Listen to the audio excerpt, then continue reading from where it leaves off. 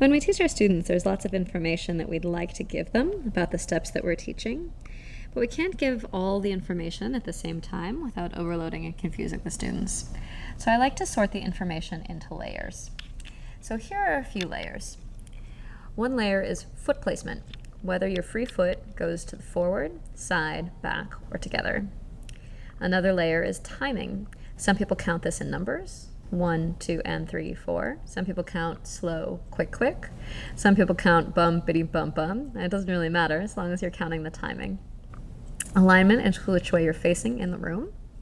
Amount of turn is how many degrees of turn between your standing foot and your free foot. Partner position, whether, if you have a partner, whether you're facing them, to the side, with your back to them, etc. Arms and hands, what position are your arms and hands? Footwork is whether you're striking the floor with your heel, toe, inside edge of your foot, etc. Body shape, whether you're twisted, lined up, leaning to one side, swayed to the other side, etc.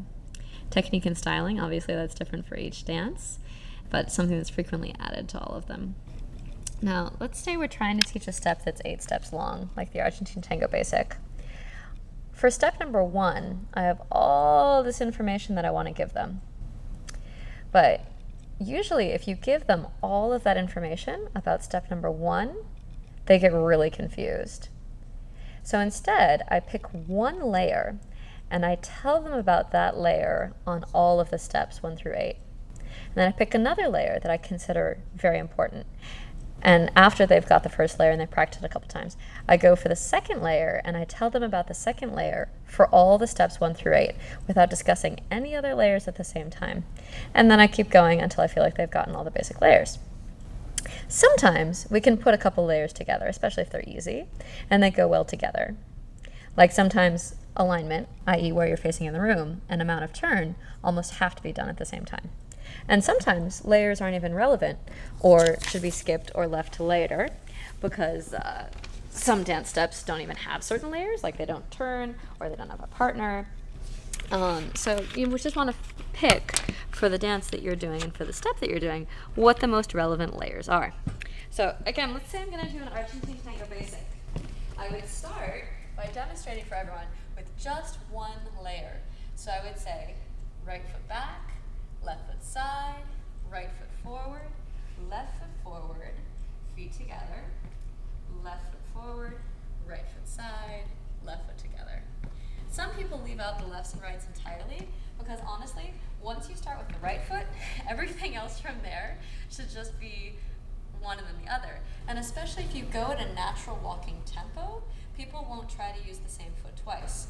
It's only when you go so slowly that they forget what foot that they're on that sometimes they'll try to use the wrong foot or they'll get confused. So I try to simulate a natural walking tempo, not too fast, not too slow. So again, I try to say something like right foot back, side, forward, forward, together. And then here I might say left foot forward. When the feet come together, it's very easy for people to get confused about what foot they're actually standing on.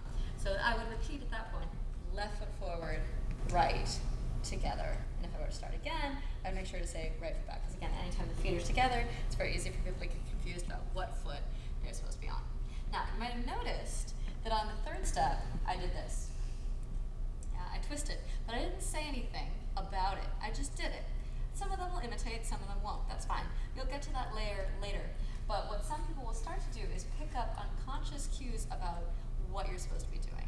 So even when you're demonstrating just one layer, or talking about one layer, you can still be demonstrating other things at the same time, and they'll pick up on them, but they won't be focused on them, so they'll get what you want them to do. Now, let's say that you think the next most important layer on this pattern is how to lead and follow. So you might say, hold your partner in your arms. We're going to do those same steps that we just practiced. Now you don't have to talk about them because you already did them. And on step number 3, you're going to twist your body to the right, 1/8 to the right. Then, between steps 4 and 5, I need to twist back to where you started. And then continue facing forward the whole time. So since you've already got the feet, you don't need to try to explain the feet at the same time and get everyone confused. You can just say 1, 2, twist 1/8 to the right. Now twist back to center, and et cetera, et cetera.